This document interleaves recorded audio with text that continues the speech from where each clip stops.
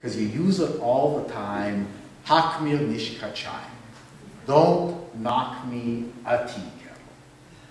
Right? What this means is you don't have to shut up completely, but I would really appreciate it if you would stop going on and on and on, over and over and over again, 24 hours a day, about the same damn thing all the time.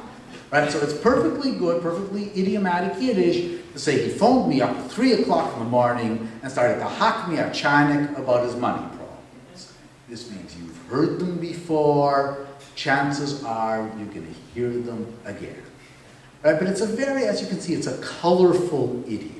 It's the kind of idiom that kept people like me, kids from Yiddish-speaking homes, awake at night, wondering what kind of lunatics their parents and all of their parents' friends were. I mean, I knew what this meant idiomatically. I couldn't understand what hitting or knocking or chopping a tea kettle had to do with tedious monomania. How did this make you a nudnik? Right? We hacked all kinds of stuff at our house. I think I told you my parents were very religious. My family was religious. Every Friday night, we would eat and we would sing zmiros, we would sing songs and bench, and we would hack the tish. We would hit the table while we did so.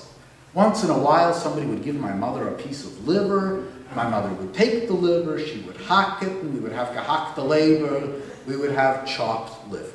If you were to have asked my parents or any of their friends how they were doing, a question that you incidentally, there's no point asking in Yiddish because you never get an answer. Right? What kind of answer? The best answer you're going to get is, you know, this is like, I just won the Nobel Prize and the lottery. Otherwise, you get answers like, frag nicht, don't ask, except you just did. So whatever is about to happen is your own fault. The other answers you get, auf meine Sonnen gesucht. It should happen to my enemies. But if my parents chose not to say this, chances are that what they would tell you is that they were sitting in gehackte Zures, or in gehackte Winden, in chopped, that is, in bleeding troubles or bleeding wounds. Right? What did this have to do with any of this? The answer, like so much of life, is disappointingly prosaic. If you imagine a tea kettle with a sterzel, a lid that goes on the top, you fill the kettle up, you put the lid back on, you stick the kettle on the stove to boil, you walk out of the kitchen, and you forget about the kettle completely. So the kettle starts to boil. What happens? The kettle boils, the top moves up and down a little. But as the kettle begins to boil up, as it starts to get empty, that is, as it has less and less to offer you, so the contents are diminishing. There's less and less water. What happens?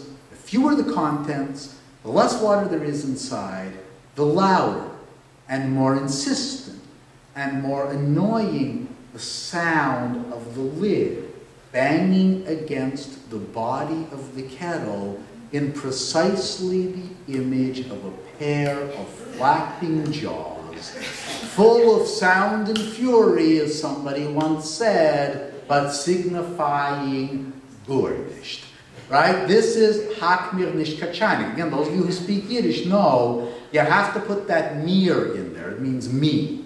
Right? You can't say hak nicht kachaynik. It makes no sense. Hak mir nicht kachaynik, don't bang away at me like the lid on a tea